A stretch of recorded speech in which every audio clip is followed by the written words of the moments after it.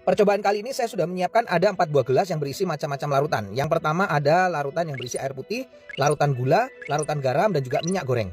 Dan masing-masing larutan nanti saya akan campurkan dengan sel darah manusia. Ini adalah darah manusia yang sudah ambil menggunakan jarum suntik. Nah, lalu saya akan teteskan pertama kali pada larutan yang pertama, yaitu air putih.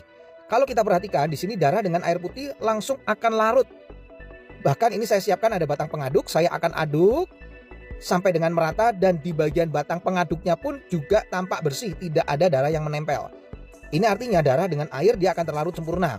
Lalu bagaimana dengan larutan gula? Saya akan teteskan darah pada larutan gula. Kalau kita bandingkan dengan air putih tadi, pada larutan gula ini sel darahnya tidak akan larut ke bawah, justru dia akan mengendap di bagian atas. Dan akan saya gunakan batang pengaduk. Nah, Anda bisa lihat ini beda sekali.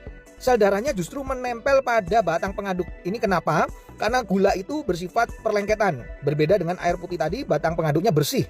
Makanya orang kalau kena diabetes, terjadi perlengketan pada darahnya, mengalami rasa haus, kemudian sering buang air kecil, dan akhirnya suka ngemil.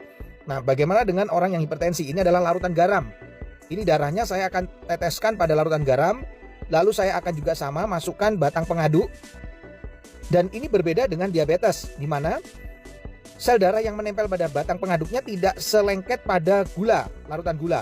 Tapi yang membedakan pada orang darah tinggi atau hipertensi yang terlalu sering makan asin-asin, ini kelihatan sel darah merahnya akan terurai, dia akan rusak, dia akan pecah. Makanya orang darah tinggi bisa mengalami pecah pembuluh darah. Yang terakhir saya akan teteskan darah ini di dalam minyak goreng. Nah, kalau saya teteskan ini langsung bisa terlihat sel darahnya nggak bisa larut, tidak juga ya mengendap di bagian atas, tapi justru menggumpal-gumpal. Ini membuktikan bahwa orang yang tinggi kolesterolnya akan mengakibatkan penggumpalan sel darah. Jadi sel darahnya akan menggumpal-gumpal, dan ini yang bisa menimbulkan penyumbatan pada pembuluh darah. Ini adalah percobaan sederhana yang saya lakukan dengan menggunakan 4 macam larutan yang berbeda.